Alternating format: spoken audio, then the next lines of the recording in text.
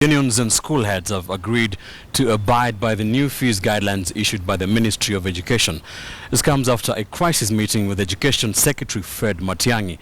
Meanwhile, the chairman of the Public Accounts Committee, Nicholas Gumbo, is calling for the arrest and prosecution of school heads who have defied the government's directive on school fees. Public schools opened for their first term year 2016 today, and yet again hiked school fees haunts the wallets of parents. And as parents expressed their frustrations, the government changed its position.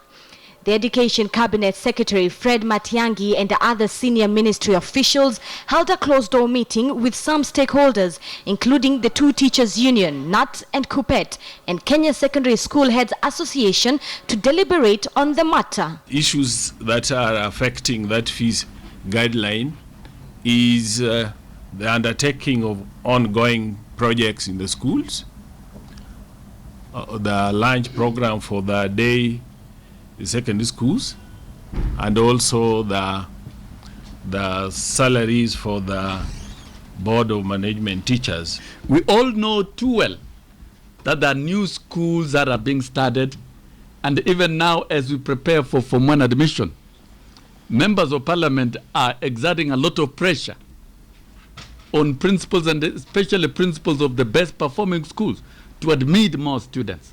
And would like to point out on a fact of reality that most schools have been expanding the number of streams to accommodate more learners. The ministry yesterday warned school heads against violating government guidelines which limit fees for boarding schools at 53,554 shillings, day schools at 9,374 shillings, and 37,210 shillings for special needs schools. But schools slapped parents with fee structures, some of which demanding more than 100,000 Kenyan shillings. Elsewhere, the Public Accounts Committee chair says schools should not overcharge. Why are all these things going on? Why are we seeing arbitrary increments, and yet these things are happening in the counties? And we're asking the question, is there not a possibility then that some county directors of education, and indeed even some sub-county directors of education, may be colluding with these greedy and unscrupulous and uncaring heads to effect these arbitrary increments in school fees? There is no way in this country where Moi Girls Secondary School in Eldoret can cost more than Moi University.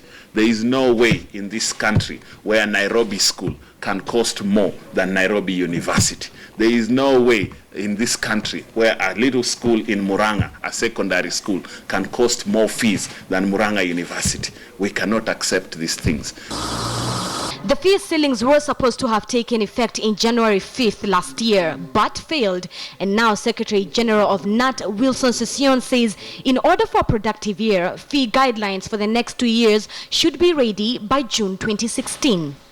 I also want to challenge members of parliament to allocate more of the CDF money to schools, to offload the burden of households having to pay more money above even the set guidelines.